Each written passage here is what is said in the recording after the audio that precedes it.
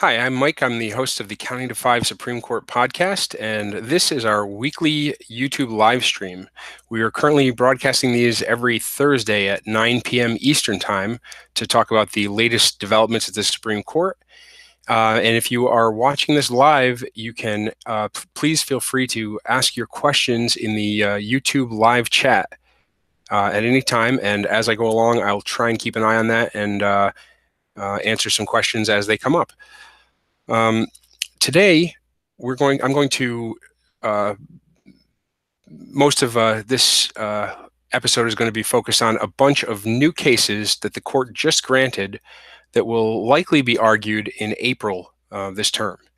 But first, I'm just going to touch real quickly on what else is new at the court and kind of what's the status of the term so far.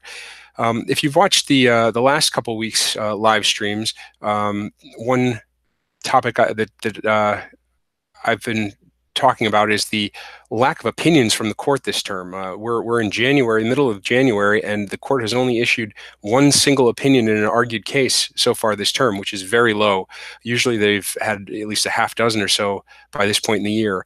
There's only one by the end of December, which was surprisingly low. We were expecting to get an opinion pretty quick right when the first week of January arguments rolled around, and then this week was the second week of January arguments.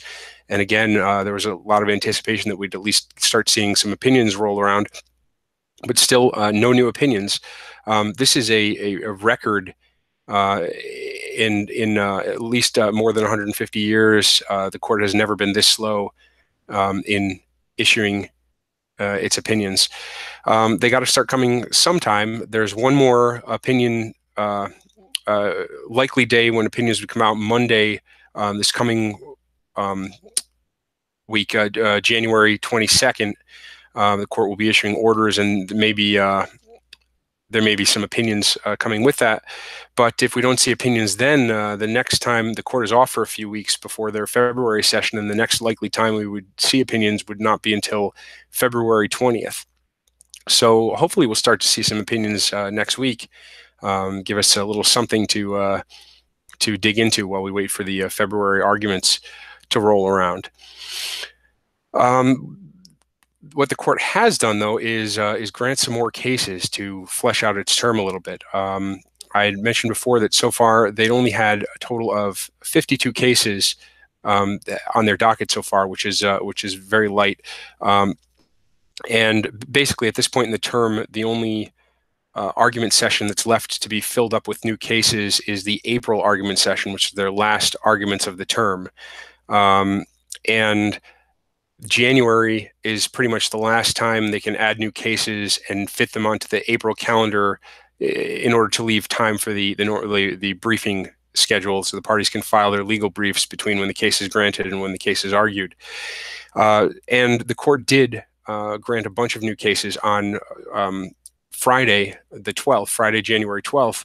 The court granted 11 new cases, and it's a good assumption that these are probably intended to fill out the April argument calendar. That would give the court 63 cases for the term, which is low, but in line with a few recent years that have been in that same ballpark, but still a small caseload for the year. So 11 new cases.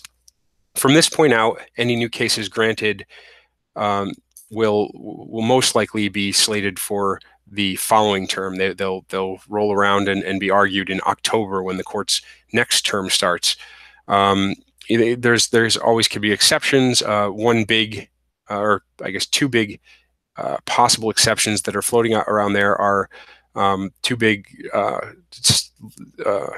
litigation that involves controversial policies of the Trump administration.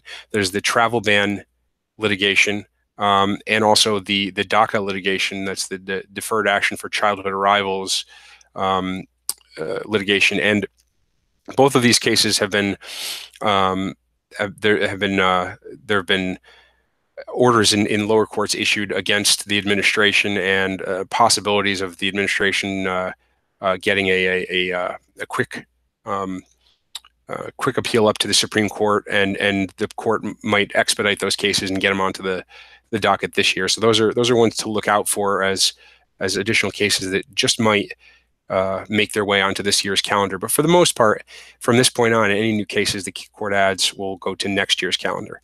And it's also possible that of the 11 cases that the court just granted, while they could make it onto the April calendar, it's possible that the court might push one or more of those and let it wait until next October and not put all 11 of them. We won't know for a while yet. The court issues its monthly argument calendars periodically as the year goes on. So far, we have the calendars through February, but haven't seen the March or April calendars.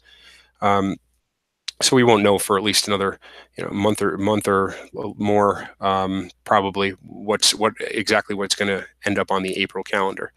In just a minute, I'm going to start digging into those 11 cases a little bit and talk about what we can expect later this term. Also this week, the court heard oral arguments on Wednesday and Thursday. Monday was Tuesday and Wednesday. Monday was the Martin Luther King holiday, and on Tuesday and Wednesday they heard 2 cases each day. We discussed those 4 cases in last week's live stream. So if you're interested in learning more about those cases that were just argued, you can watch the archived recording from last week. Oral arguments, there was nothing particularly surprising came out at the oral arguments this week. So at this point, we're just waiting on the opinions, which, as in all the cases, we expect opinions for every case by the end of June, the end of the term, when the court goes on its summer recess. So sometime between now and then, we should see opinions start rolling out in all of these cases. And Friday, tomorrow, that's January 19th in the afternoon, the audio for this week's oral arguments will be available on the Supreme Court's website. So if you're interested in any of those last week's cases, you can listen to the argument starting Friday when those come out. So without further ado, let's dive into the cases. There's a lot of these. I'm just going to kind of briefly touch on each of these cases. There's 11 of them, and try and just kind of summarize briefly what's going on, what's the legal issue. There's right now, we have the cert petitions. That's the formal petitions that are filed with the court to ask the court to review the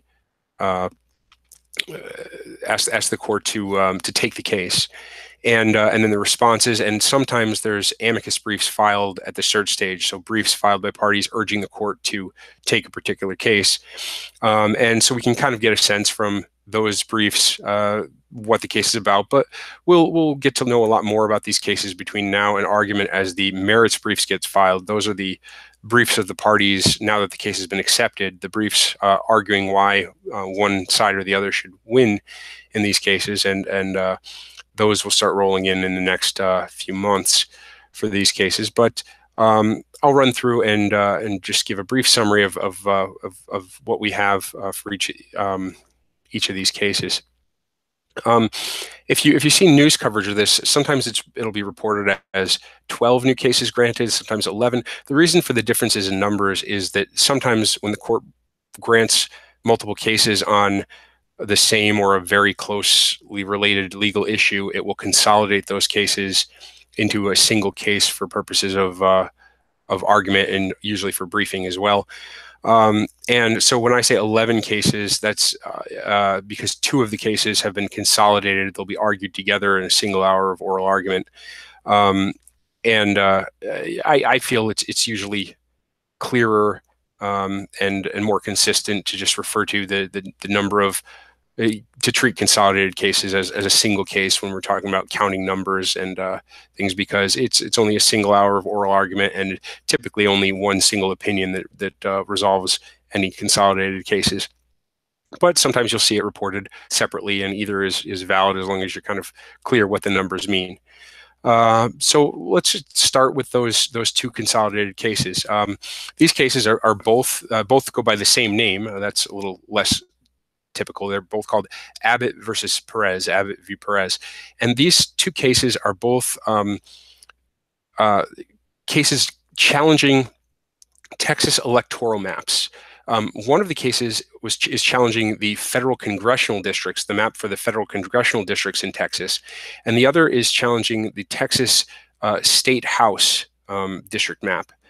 And the maps, each of the maps has its own distinct. There's distinct challenges to particular districts, but the overall history of these two maps is basically the same, and there's a big overarching issue that's the same for both. So I'll just kind of give a really brief history. So what happened is in 2011, Texas enacted new electoral maps following the 2010 census, and states have to do this every 10 years after a census.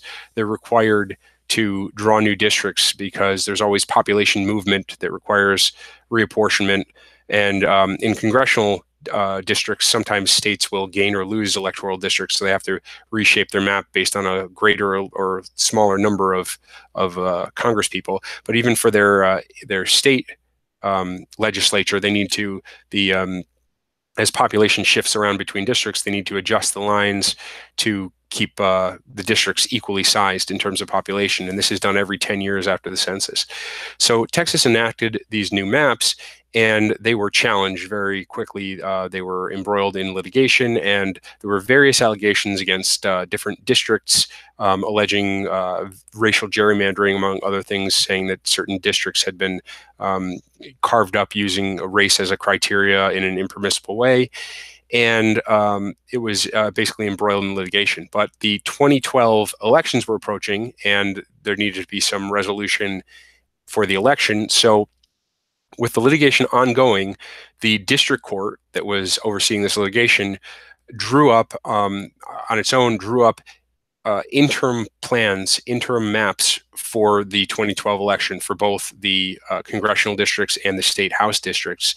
So this was a court-drawn map that was drawn to basically avoid some of the challenge districts that were being litigated, to kind of cure the problems that were alleged in those challenges, and these interim maps were put in place, and that was the maps under which the 2012 election was conducted. Now, in 2013, the legislature, with the litigation was still ongoing after the election was over. The 2011 maps that the legislature had enacted were still under this legal challenge that was moving forward. But in 2013, the legislature chose to adopt the court interim plan that had been run for the 2012 election, adopt that as the official the official electoral maps going forward. So the maps that the court had drawn in order to have something in place for the 2012 election became the official maps adopted by the legislature in 2013. Now, this didn't put an end to the litigation. The litigation continued and persisted, and eventually in 2017, so just last year, the district court held that the 2012 plan, the district court held that the 2012 plan, that's the plan that the court had originally drawn up, but the court held that that plan and the adoption of that plan in 2013 was tainted by impermissible racial motives of the legislature, and thus there was some impermissible, some discriminatory line drawing in districts, and so that's the issue that's been brought to the Supreme Court. Now, there are specific districts that are being challenged. There's 2 districts in the federal congressional districts. The one's being challenged for vote dilution. That's where a minority group the allegation is a minority group has been deliberately split up among multiple districts in order to reduce their voting strength. And another district is challenged as a racial gerrymander, meaning that minorities have been packed into a district in order to reduce their influence elsewhere. And there's also an allegation of a racially gerrymandered district in the state house electoral map. But the big question that's common to both of these maps Given that the court consolidated these for a single argument, it seems like it's a kind of big question that the court may be interested in answering is to what extent this theory of racial motives by the legislature, whether that can hold up when the legislature was enacting a plan that was actually drawn up by the courts. So the question is, the state argues that, look, we're just adopting what the court did. The court drew up this map specifically to avoid these challenged districts with challenges about racial gerrymandering and impermissible uses of race. And the district drew up this was supposed to be a fair district and went through an analysis of why this was a legitimate and fair map when it put this interim plan into place. So doesn't that cure any issues any motives that the legislature had in 2011 when it drew up its original map? Aren't they kind of cured by the district court going through and kind of replacing that with its own version of the map? And how can they come back now and say that these racial motives tainted the map when this was a map that the court had drew up and approved? On the other hand, the challengers say, well, the problems we're complaining of here are things that persisted from the original 2011 plan that the district court didn't change when it drew up the 2012 map. And so if there any taint or impermissible motive in 2011 still exists, and just the fact that the district court worked with made modifications in other ways to the map doesn't cure those original problems. So that's kind of a big issue that the court's going to have to grapple with there, and depending on how they resolve that question may answer whether they have to kind of get down into the details of the specific districts and exactly what is to what degree the individual districts are impermissible or are okay. So let's move on. The next case is one called Western Gecko v. Ion Geophysical Corp. I don't know if I'm pronouncing that name Western Gecko or Gecko or who knows. I did some real quick internet searching earlier today to try and figure out the pronunciation of that, but came up with nothing very definitive. So we'll wait and see on that. But it's a patent case, and this is a case about the extraterritorial effect of patents, and specifically the calculation of damages. So here's what it's about. Western Gecko has patents on technology to map the ocean floor, and this is used primarily for oil and gas exploration. So they have some type of detectors that get dragged behind boats across the ocean surface, and they map basically the ocean floor, and this is useful to geologists who are trying to figure out where to drill. And this Western Gecko, they didn't sell or license this technology. They just used it themselves to perform these surveys. So this other company, in the case, this Ion Geophysical, they're a U.S. company, and they created a imitation system that, had they assembled and created the system in the United States, it would be infringing of the Western Gecko patents. Now, important thing about patents is patents are territorial. United States patents are valid in the United States, but they, for the most part, don't provide protection against a infringement of the patent or something practicing what the patent protects when it's outside of the United States in some other jurisdiction. However, there's a rule in the patent statute that to prevent people from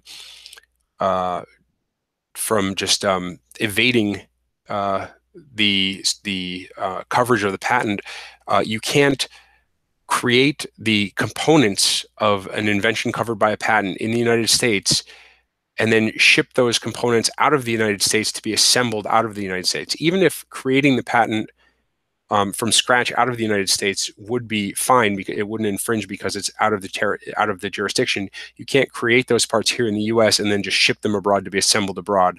That's kind of an invasion. You wouldn't be able to create the product here and then ship it out, so you can't create the parts of it, ship those out, have them assembled elsewhere. Now that's what this Ion Geophysical was accused of doing. They're accused of creating the components for this ocean mapping technology in Louisiana, and then shipping them abroad where they were assembled to become a system that practiced the Western Gecko patent technology. And so the dispute here is not about whether they can be liable for that patent infringement, but the question is, what kind of damages are they entitled to? So the patent statute says that when someone is infringing on a patent, the patent owner is entitled to damages adequate to compensate for the infringement. And usually, if this was an entirely domestic context, they'd be able to get lost profits from the infringement. So you'd be able to just basically get the profits that the competitor that was infringing, the profits that they received on their sale of the infringing product, and the patent owner would be able to claim those as its lost profits that it would have earned. And the question in this case is whether that also applies to these foreign profits from the assembly of components that were produced in the United States and shipped out to be assembled elsewhere, even though the use of that patented technology outside of the United States by itself would not have been infringing. The fact that that use came from the combination of components shipped in violation of the patent out of the U.S. So the argument is that those profits, because they're caused by the infringement, which was the sending the components out of the U.S., then those profits are still kind of traceable to that, and Western Gecko should be able to recover those profits. The argument on the other side is that there's a general principle in most areas of the law that there's a principle that most statutes are presumed to not have extraterritorial application unless Congress has basically made clear otherwise. When a statute provides for liability for something or other, it's assumed to only apply inside the United States. So the argument on the other side is that, given that they specifically have this liability for this conduct that kind of crosses national boundaries, the damages should follow along with that. So we'll see what the court does with that, but they'll clear up kind of the geographic scope of the patent damages in that particular situation. So the next case on the list, the next case on the granted cases, is a bankruptcy case. This is a case called Lamar, Archer, and Coffrin v. Appling. And it's a strange little case. It's a question about a provision of bankruptcy law so there's a provision of bankruptcy law that prohibits the discharge of fraudulent debts. So the general purpose of bankruptcy is to give someone a clean start by basically they disclose all of the outstanding debts they have, and then to some extent or another, those debts may be paid off either in part or in whole, or in some cases not at all. And then those debts are discharged and the person has a clean slate to start over. But there's a exception for fraudulent debts. So if someone commits fraud and incurs a debt in committing the fraud, they can't use bankruptcy to clear that away. They remain liable for that fraudulent debt. However, there is an exception when that fraud was due to the financial state of the debtor. So if the debtor basically deceives someone about their own financial state, and that's the fraud involved in allowing them to get the loan, then that can still be discharged. The creditor may be able to avoid that discharge of that debt, but they have to jump through more hoops, and there's more requirements of proof in order for them to do that. So it puts it kind of in a different category. So this was a case. It was a case where a law firm was retained in order to for some litigation over a business. There's some dispute with the previous owners of a business that was owned by Appling, who's one of the parties here. This Appling, who had retained the law firm, fell behind on the monthly payments to the law firm and was in debt a considerable amount of money was owed to the firm. In a meeting with the law firm, he claimed that he was expecting a tax refund of around $100,000 due to an amended filing that he was in the process of making, and basically said that that $100,000 that he'd get from the tax refund was earmarked to pay these legal fees. And then he kind of strung the firm along a while when the money wasn't coming through. Eventually, the firm learned that his tax refund was only about $60,000, not the $100,000 that he had claimed it was. And what's more, he spent that $60,000 when he received it on other business expenses. It did not go to the lawyers. So they sued him. He ended up filing for bankruptcy, and then they're in bankruptcy trying to get their money back from him. Excuse me one second.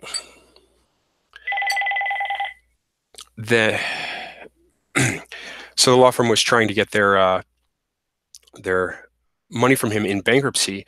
Now, they are arguing that his false claims about his expected tax refund are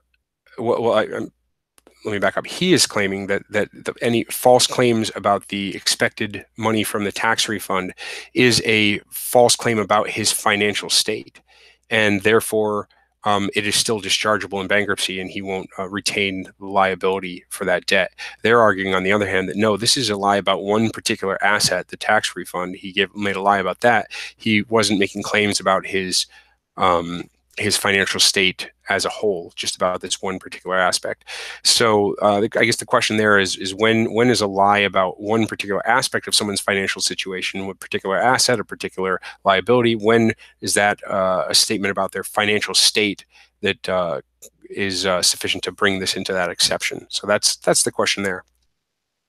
The next case on the list is a antitrust case. This one is called Animal Science Products versus Hebei Welcome.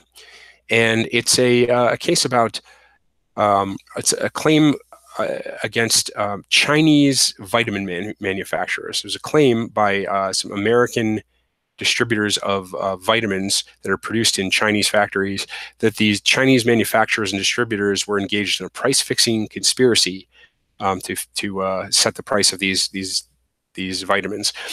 Now, their defense, these Chinese companies, is that the price fixing, not that it didn't happen, but that the price fixing was actually required by Chinese law, so that they were this was not some sort of illicit conspiracy on their part, but they were just following Chinese law as to exports and were required to engage in this price fixing. Now, where this case, the issue that's coming to the court comes in is in the lower court litigation, the Chinese government, in the form of its Ministry of Commerce, appeared as an amicus in the litigation. So basically filed briefs as a friend of the court in the litigation about Chinese law, and sided with the companies, saying that yes, those companies were required to engage in this price fixing in order to comply with Chinese law. Now, the district court looked at that evidence, considered what the Chinese government from the Ministry of Commerce had said, but decided, based on the totality of the evidence, based on other evidence about contemporaneous communications with the companies, that was not correct, and decided that the Chinese law did not actually require them to collude on the price as they claimed. This district court was then overruled by the Court of Appeals, which said that when a foreign government appears in litigation, when it's some body from a foreign government that actually has authority to interpret the laws in question, the court must defer to that foreign government's explanation of what its law means. So they said the district court was bound by what the Ministry of Commerce said was Chinese law at the time, and had no authority to disagree with that. And so that's the question coming up to the court. Is that the case? If a foreign country comes into the U.S. court as an amicus and explains what they say their foreign law is, does a U.S. court, required to follow that rule. Now, there's some good arguments for it. You'd expect that foreign body would have the expertise. They understand the full legal context, the language, the interpretive practices. They should be very familiar with the laws that were in effect at a given time.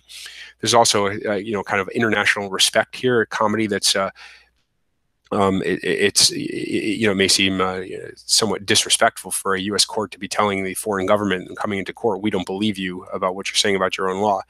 On the other hand, foreign governments may very well have ulterior motives. Here, the Chinese Ministry of Commerce may have an incentive to protect Chinese companies from liability to American companies, even if in doing so they're not being totally upfront about what Chinese law does or does not require.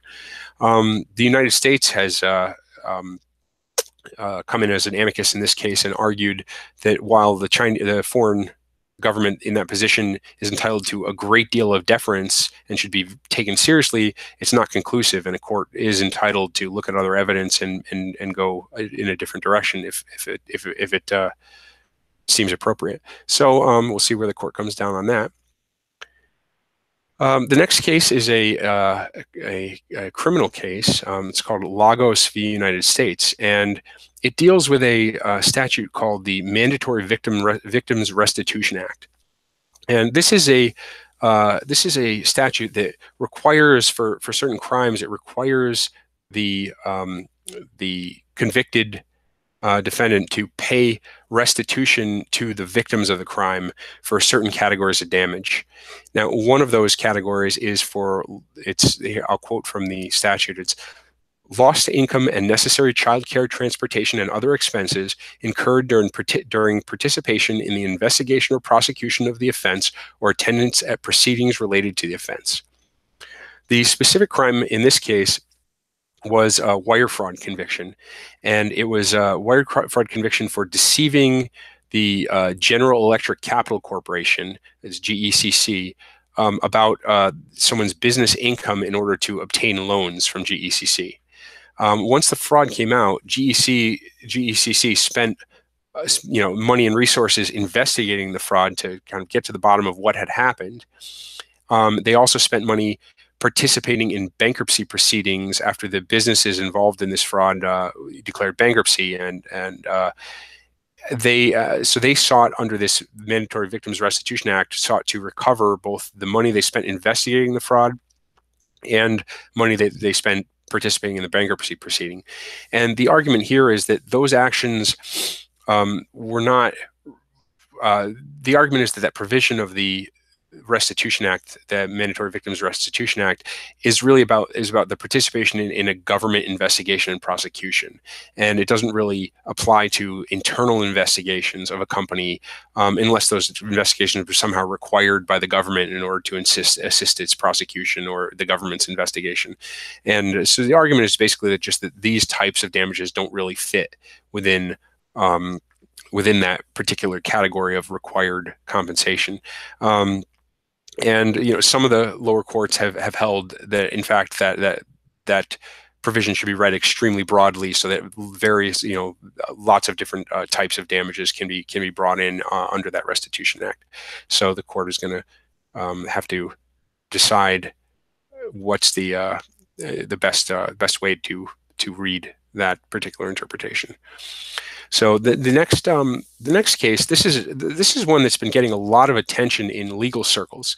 It's called Lucia v. SEC, and it's a constitutional challenge that may have broad implications potentially to other agencies outside the SEC. But what it's basically about is it's a challenge to the SEC's administrative law judges, also called ALJs.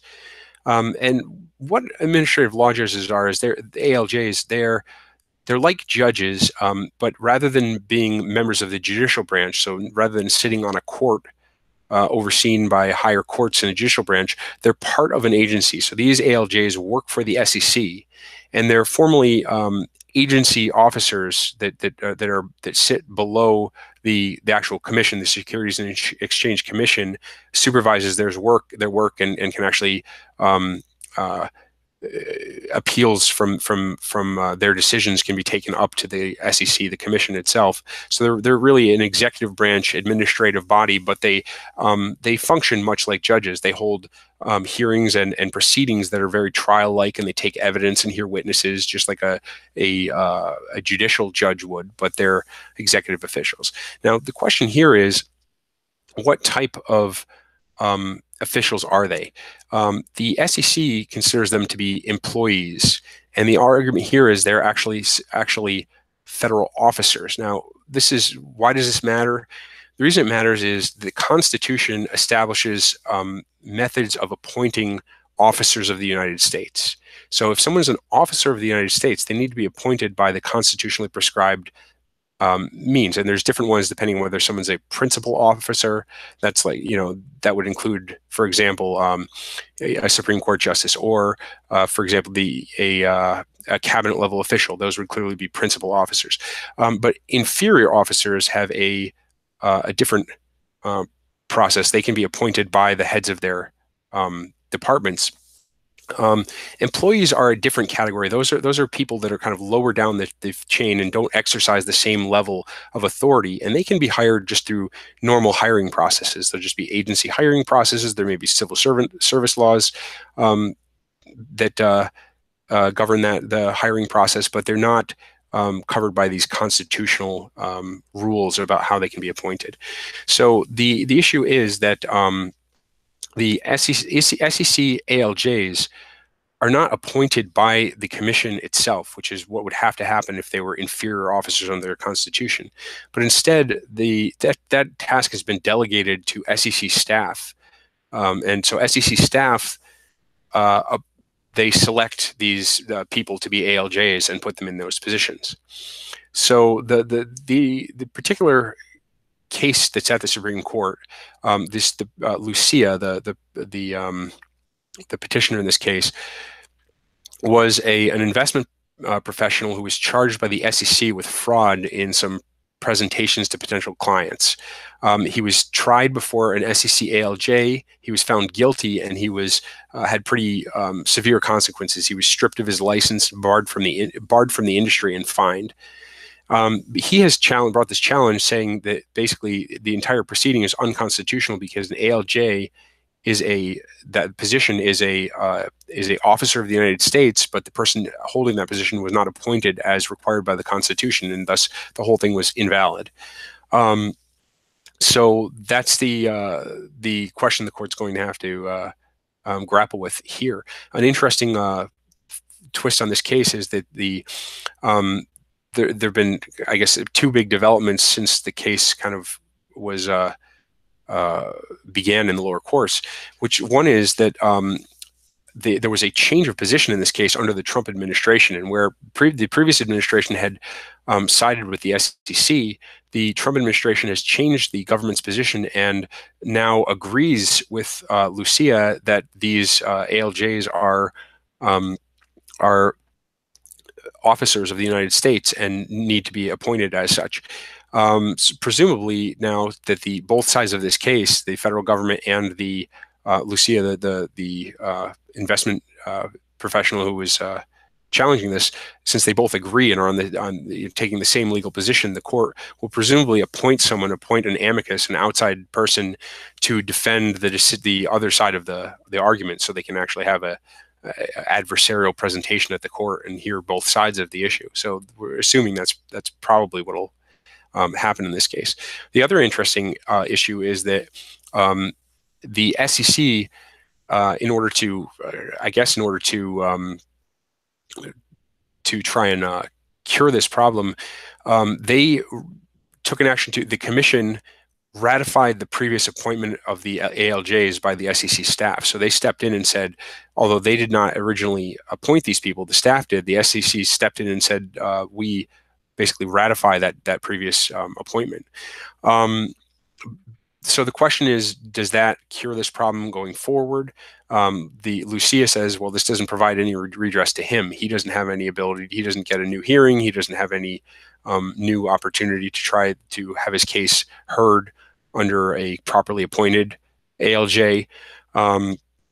But there's also no argument that this doesn't really actually cure the problem for anyone, because these people still weren't appointed by the SEC as they're required to be. They were. It was just ratifying an appointment by some other person who had no authority to appoint in the first place.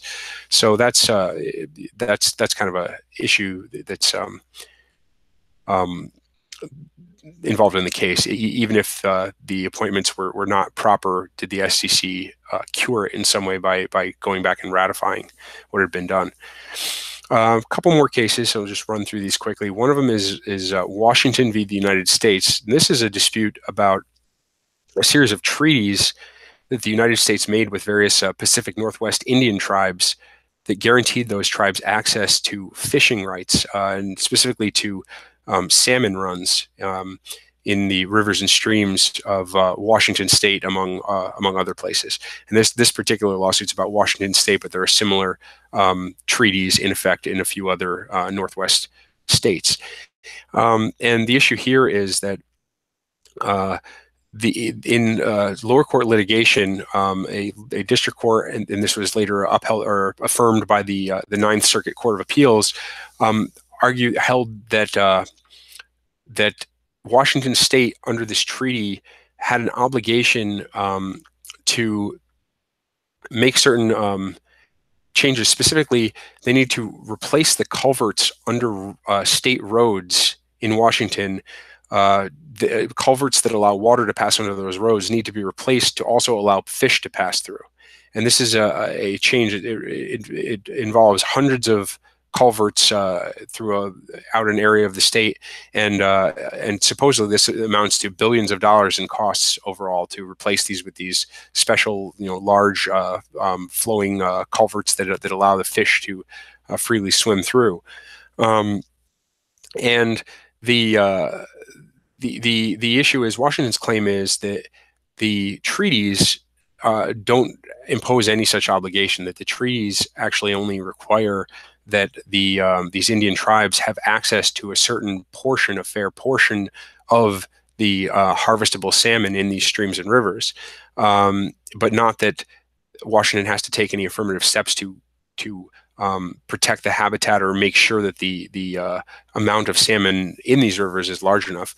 The United States, which is on the side of the Indian tribes, says that no, the treaty assumes the existence of a sufficient quantity of harvestable fish, and that when Washington itself has taken actions that have degraded the habitat and reduced the amount of fish by, for example, creating a state road with a culvert that doesn't allow fish to pass through, then it is obligated under the treaty to remedy that. So that's just an interesting case of about Indian treaty rights and how they should be interpreted when they're dealing with an issue that didn't exist at the time the treaty was negotiated. 100 and 60 odd years ago. So the next case is called Pereira v. Sessions.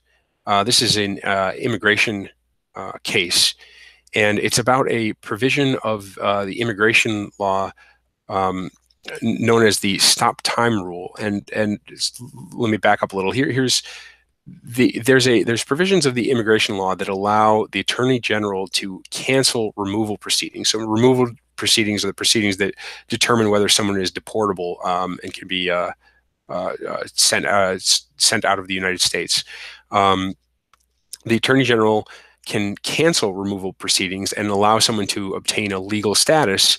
However, there are certain requirements in order for someone to be eligible for this, and it's generally seen as some pretty high bars in order for someone to qualify for cancellation of removal proceedings. But one of the criteria is that the person must have had a continuous presence in the United States for 10 years prior to being eligible for this. So if they've had less than 10 years, they're not eligible for this cancellation of removal proceedings. So the idea is that people that have been here for a very long time, it's a much greater burden to be removed from the country, and so there's going to be this opportunity for them, an escape hatch where they can get the cancellation of removal, but only if they've passed this 10-year threshold.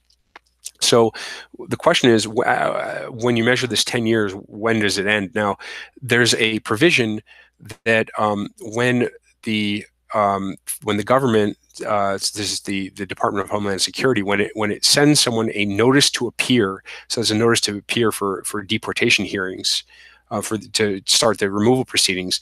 When they receive that notice to appear, that stops the clock.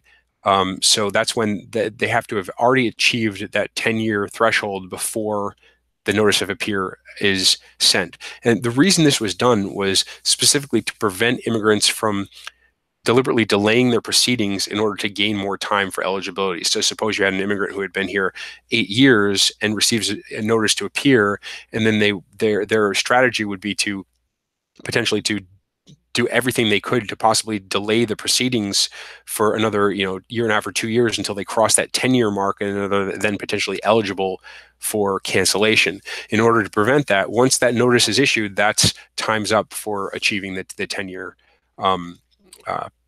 10-year eligibility requirement.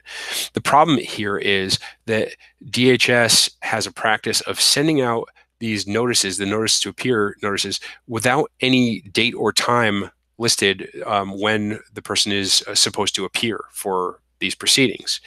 The problem is the statute that defines these notices to appear, specifically lists the date and time as some of the required information that must be included in a notice to appear. According to DHS, this doesn't really matter. That's just a minor defect, but it still should stop the clock. It's clearly marked as a notice to appear. That's the intent. But the argument on the other side is that these, just following the definitions in the statute, these are not actually legitimate notices to appear under the statute. They just do not qualify as notices to appear because they don't contain the statutory information that must be included in a notice to appear. Therefore, nothing stops the clock. And the argument also is that the issue is that the DHS sometimes issues these notices to appear with no date or time, and then follows up later with deportation proceedings. But sometimes this is years later. Years may pass between this initial notice to appear and when they actually move ahead with those proceedings. And during those years that pass, a person might pass that 10-year threshold and be eligible, unless that earlier notice had stopped the clock. So the question here is, does that stop the clock? Is it enough? Is it not? The particular immigrant involved in this case arrived in the United States in the year 2000, was served with a notice in 2006 without a date. So that's one of these up in the air. He'd only been there 6 years or so at that point, but received one of these notices that may or may not be valid. In 2007, DHS followed up with a notice that did have a date. However, it was sent to the wrong address and never received by him. Therefore, that clearly doesn't count under the statute because he must have actually received the notice. It's timed by the receipt of the notice. So that was 2007, and it wasn't until 2013 that he was detained by DHS and they actually moved forward with his removal proceedings. So at that time, by 2013, he'd been here more than 10 years and was potentially eligible for cancellation of his removal proceedings. But if the 2006 notice that wasn't dated or included no hearing date, if that counts to stop the clock, then he's out of luck and there's no possibility of cancellation. So that's a question: is it the letter of the law and the formal requirements? Is that going to carry the day, or is it enough that everybody knew that this was a notice of appearance because notice to appear because it was titled and that's what it said on the form? So we'll see what the court does with that. Almost done here. We'll run through the last couple cases. One case is called South Dakota v. Wayfair. Now, this is potentially a big case that will affect anyone who's involved in much internet purchasing. So there's a 1992 case called Quillcorp v. North Dakota, and that itself was based on an earlier 1967 case. But it was a case where the Supreme Court held that a state can't require a retailer that has no physical presence in the state to collect state sales tax. So if you have a retailer who's in state A and they're mailing products into state B, but they have no facilities in state B, then state B can't tell that retailer, you must collect the sales tax for us for when you're shipping things into our state. If they have a physical presence in the state, if they have a warehouse or distribution center or something of that nature in the state, then the state can require them to collect sales taxes, but otherwise they can't. Now, this case, it was a 1992 case, so this is still the era of mail order catalogs. This is pre any significant e-commerce, and basically. The issue is if the state can't get the retailer to collect that money, then their only method of collecting that sales tax is basically to go after their own residents to make them pay a use tax. And most states have those laws on the books. If you purchase things from out of state and didn't pay a sales tax on those purchases, in many states you're required to report that those purchases and pay the taxes on it to your state. But in practice, these are very rarely paid. And so states feel that they're losing a large amount of tax revenue to these sales. So again, this earlier case, the 1992 case, was before the e-commerce era. And the argument here is everything has changed since then. There's been an explosion of e-commerce. It's caused a huge hit on state tax revenues. It's had also a huge economic impact on brick and mortar stores who have to collect the sales tax and are placed at a competitive disadvantage to these out-of-state sellers who aren't collecting the sales tax. And another argument is that the complications of a vendor having to deal with collecting the state sales tax. There was a concern before, if you just have some vendor in state A and they're shipping products to other states all across the country, it's a huge administrative burden if they have to somehow keep track of the different sales tax rates and the processes for collecting and submitting that sales tax in all of these different states. The argument is that now that's basically been made simple by technology. There are vendors who provide this for commerce websites as just a plug-in function that they handle for you. So it's simple and easy, so that burden doesn't exist anymore. And also there's been some movement, though it's only partial, movement toward simplification across states and between state and localities in order to streamline the process of collecting sales taxes. So a number of states have gotten on board to try and agree on standardized definitions of types of products and services that are taxed, and in order to kind of make it easier for the retailers that are serving many states to determine which products fall in which categories and may be subject to different sales taxes by different states. So the argument is that basically the Quill case, this 1992 case, it's out of date now. It didn't anticipate how the world would change, and it ought to be overruled and allow states to pass laws that require these companies to collect sales tax for them. So in this case, South Dakota passed a law directly requiring these out-of-state retailers to collect sales tax. They passed a law basically specifically to challenge this rule and to create a case, so the court would have to take another look at whether this is legal or not. And a bunch of other states have done the same thing to one degree or another. And so this is something that's going to come to a head, was destined to hit the court again at some point, and now it will, and the court will have to decide. An interesting thing about this case is that the specific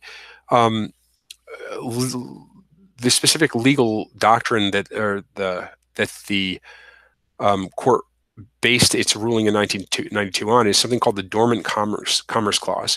And this is a principle that, because commerce has ultimate authority over interstate commerce, when Congress has not acted in certain areas, the states should not be allowed to create their own rules that impede or get in the way of the free flow of commerce. But it's an area where Congress has the authority, unlike some areas of constitutional law where the court is setting down a rule and saying this is just barred flat out by the Constitution, and states may not do this or that. This is an area saying that the court had ruled that because Congress has left this open for free commerce, the states can't interfere with that. But if Congress were to step in, they could make whatever rules they wanted here, and Congress could step in and say, this is how we want sales tax collection to be done by the states, and kind of lay down the rules of how that could go about. And so this is something, the court has to step in now and decide what is and is not allowed, but Congress could at any time fill that gap and set the rules here.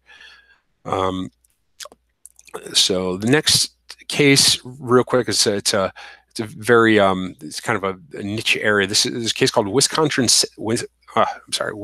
Central v. United States, and it's a case under something called the Railroad Retirement Tax Act, and it just happens that for historical reasons dating back to the Great Depression, railroad employees, instead of the normal FICA taxes for Social Security that most businesses pay and withhold on behalf of their employees, railroads withhold money under a different statute called the Railroad Retirement Tax Act, or RRTA. Now, this tax, it functions very similarly to the FICA taxes, except it's worded somewhat differently, and it has some slightly different provisions. And the issue here is it requires withholding a percentage of an employee's money remuneration. And the question here is, what about stock? When employees have stock options and they exercise those stock options and get stock in the company, does this count as money remuneration? And does the railroad have to withhold money and basically pay taxes on these stocks? The railroads brought a lawsuit against the United States for a refund of taxes they'd paid on these exercised stock options, saying that these are not actually money remunerations. They say that unlike the FICA taxes, the RRTA doesn't explicitly include all benefits. It's not written as broadly to cover all benefits or any other non-monetary payments that people receive, and so instead it just says money remuneration, and stocks are not money, therefore there should be no taxes. The government, on the other hand, says stocks are basically a cash equivalent. They're easily valued and converted to cash, and they should be treated like cash.